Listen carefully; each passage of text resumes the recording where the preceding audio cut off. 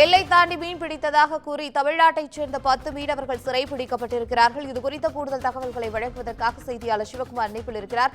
வணக்கம் சிவகுமார். கைது செய்யப்பட்டிருக்கிறார்கள் தமிழ்நாட்டைச் சேர்ந்த 10 மீனவர்கள். கூடுதல் விவரங்கள் என்ன?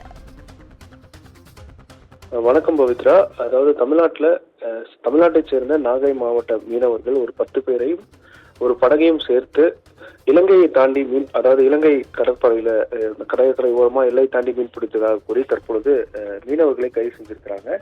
இலங்கை நெடுந்தீவு அருகே மீன் பிடித்துக் கொண்டிருந்த ஒரு விசைப்படகையும் அதிலிருந்து 10 பேர்களை இலங்கை கடற்படை கைது செய்து விசாரணை நடத்தி வருவதாக தற்போது ஒரு தகவலானது வெளியிடப்பட்டிருக்கிறது. கைது செய்யப்பட்டவர்கள் காரைக்கால் மீனவர்கள் என முதல்கட்ட தகவல் வெளியாகியுள்ள நிலையில தற்பொழுது இந்த மீனவர்களுடைய கைது என்பது ஒரு பரபரப்பான ஏற்படுத்தியிருக்கிறது. தொடர்ந்து இது போன்ற கைதுகள் தொடர் நடவடிக்கையாக இருந்து வரும் நிலையில தற்போது ஒரு 10 மீனவர்களை கைது செய்திருக்கிற நடவடிக்கை என்பது மிகவும் கண்டனத்துக்குரிய ஒரு விஷயமாக பார்க்கப்படுகிறது.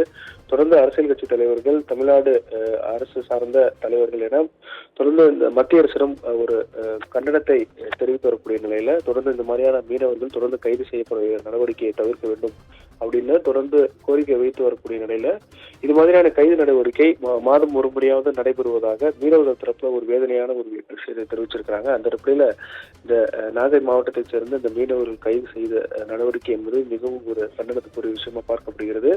அதாவது இலங்கை நெடுந்தீவு அருகே மீன் பிடித்துக் கொண்டிருந்த ஒரு விசைப்படகையும் அதிலிருந்து 10 பேர்களை இலங்கை கடற்படையினர் எல்லை தாண்டி மீன் பிடித்ததாக கூறி கைது செஞ்சிருக்கிறாங்க. இந்த கைது நடவடிக்கை தொடர்பாக தற்பொழுது அவர்களை கைது செய்து இலங்கை காவலர்கள் தற்பொழுது விசாரணையில் ஈடுபட்டு வருவதாக தெரிவிக்கப்பட்டிருக்கிறது. முதற்கட்ட தகவல் இவ்வாறாக தெரிவிக்கப்பட்டிருக்கிறது. கைது செய்யப்பட்டவர்கள் காரைக்கால் மீனவர்கள் என முதற்கட்ட தகவலாக வெளியிடப்பட்டிருக்கிறது. தகவலுக்கு நன்றி சிவகுமார்.